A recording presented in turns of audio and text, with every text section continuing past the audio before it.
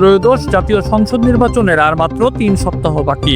নির্বাচন সামনে রেখে সব ধরনের প্রস্তুতির কথা জানাচ্ছে অন্তর্বর্তী সরকার ও নির্বাচন কমিশন। তবে মাঠ পর্যায়ের প্রস্তুতি সত্ত্বেও সাধারণ মানুষের মধ্যে একটি প্রশ্ন ঘুরে ফিরে আসছে, নির্ধারিত সময়ে নির্বাচন আদৌ অনুষ্ঠিত হবে কিনা। নির্বাচন কমিশনের ঘোষিত তফসিল অনুযায়ী আগামী ১২ ফেব্রুয়ারি ভোট গ্রহণ হওয়ার কথা। বুধবার প্রতীক বরাদ্দের মধ্য দিয়ে আনুষ্ঠানিকভাবে শেষ হয়েছে মনোনয়ন প্রক্রিয়া। বৃহস্পতিবার থেকেই শুরু হয়েছে পূর্ণমাত্রার নির্বাচনী প্রচারণা। এমন পরিস্থিতিতে নির্বাচন নিয়ে সংশয় কেন, এই প্রশ্নই সামনে আসছে। বিশ্লেষকদের মতে দেশের সার্বিক আইন শৃঙ্খলা পরিস্থিতি এই উদ্বেগের প্রধান কারণ। সাম্প্রতিক সময়ে বিভিন্ন এলাকায় সহিংসতা, মব সন্ত্রাস ও বিশৃঙ্খলার ঘটনা মানুষের মধ্যে অনিশ্চয়তা তৈরি করেছে।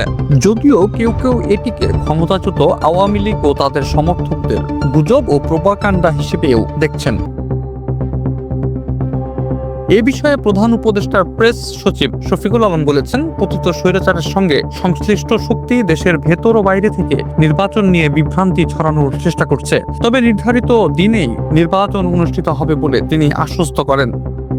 আইন শৃঙ্খলা পরিস্থিতি নিয়ে বুধবার উচ্চ পর্যায়ের এক বৈঠকে প্রধান উপদেষ্টা বলেন, সব ধরনের পরিস্থিতির জন্য প্রস্তুত থাকতে হবে। তার ভাষায়, বর্তমান বাস্তবতা ও প্রস্তুতির ভিত্তিতে একটি সুন্দর ও গ্রহণযোগ্য নির্বাচন আয়োজন সম্ভব। প্রধান উপদেষ্টা আরো জানান, সুষ্ঠু নির্বাচন নিশ্চিত করতে প্রতিটি জেলা উপজেলায় আইন শৃঙ্খলা কমিটি গঠন করা হয়েছে। নির্বাচনের দিন প্রতিটি ভোট কেন্দ্রে কমপক্ষে 15 জন আইন শৃঙ্খলা বাহিনীর সদস্য দায়িত্ব পালন করবেন। এই নির্বাচন ভবিষ্যতের জন্য একটি আদর্শ স্থাপন করবে বলেও তিনি আশা প্রকাশ করেন।